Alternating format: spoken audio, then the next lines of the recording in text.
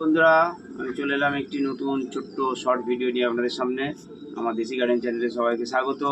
আপনারা দেখতে পাচ্ছেন আমার সামনে একটি বোগেনভেলিয়া ফুলের গাছ, যেটাকে আমরা অনেকে কাগজ ফুল গাছ বলি, কেউ বা এটাকে বাগান বিলাস বলি।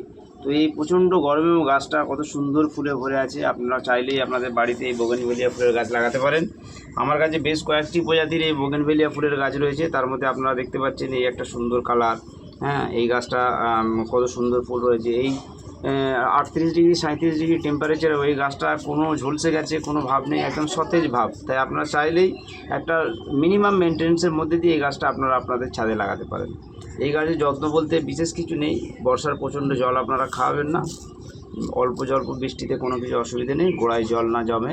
এবং গাছে একটু খাবার বেশি দিতে হয়, সেটা বুনডাস্ট, হর্নমিল, সর্ষের খোল এবং নিম খোল, এগুলোকে মিশিয়ে প্রত্যেক মাসে 1 মুঠো করে আপনারা দেবেন চারিদিকে। তারপর জল দিয়ে দেবেন এবং গোড়াটা দেখবেন আপনারা শুকিয়ে যাবে। শুকিয়ে গেলেই আপনারা বিকেলের দিকে আবার এতে জল দিয়ে দেবেন এবং ভিজে অবস্থায় কখনো এই গোড়ায় আপনারা জল দেবেন। আমি এখন বিকেলে ভিডিও করছি, কিছুক্ষণ পরেই আমি এই গোড়ায় জল দিয়ে এটাকে ভিজিয়ে দেবো।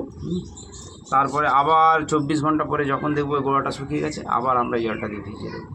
এই গাছ এই নর্মাল মেনটেন্স, এই গাছে রোগ পোকা খুবই কম, নেই বলতেই চলে। বর্ষার সময় একটুখানি কেয়ার রাখতে হবে যাতে এই গাছটা গোড়ায় বৃদ্ধি কখন জল না জমে থাকে।